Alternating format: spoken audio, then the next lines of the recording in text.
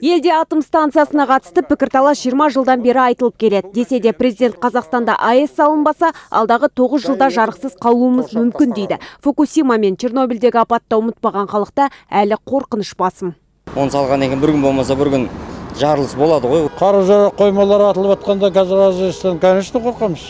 Дұрыс, атомный век 21 ғасыр, оның көп пайдасы бар. Алып станцияның салынуына саясаттанушылардың дені қарсы. Олар мұндай жобаға қыруар қаржы керек дейді. Оның үстіне Қазақстанның Ресейге тәуелділігі артуы мүмкін деп қауіптенеді. Себебі ірі станцияны өзіміз салып береміз деп отырған осы көрші ел.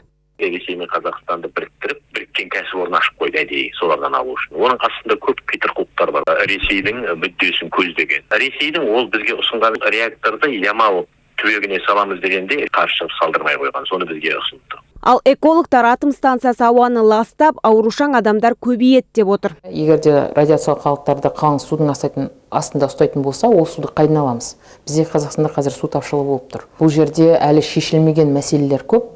Яғни бізде уран өндіру деген ол АЭС салу дегенге тең емес. Ал Қазатом өнеркәсіп компаниясының бұрынғы басшысы Мұхтар Жәкішев қазіргі реакторлар мүлдем қауіпсіз дегенге сенімді. Экологиялық тұрғыда да еш зияны жоқ. Жәкішев атом станциясы елге қажет, тек оны салатын жерді әбден ойланған жөн дейді. Энергосистема страны. Нысанды солтүстіктен салатын болсақ көп шығындалуымыз мүмкін. Электр қайта-қайта үзіліп, халықты әбігерге салмау үшін қосымша қолдаушы қуат көзі керек. Ол осы орталық аймақта орналасқан абзал. Тағы бір сарапшы өзімізді жарықпен қамтамасыз ете алмасақ, таяуда өзге елдерге алақан жайып қалуымыз мүмкін екенін айтады.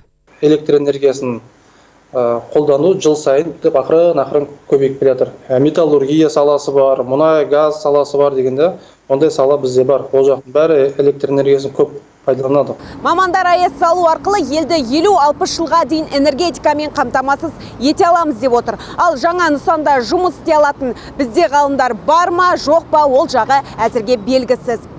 Қоғамда наразылық көп болғасын сарапшылар референдум өткізуді талап етеді. Ая Мүтәлі, Санат Иманғали, Айбат, жаңалықтар қызметі.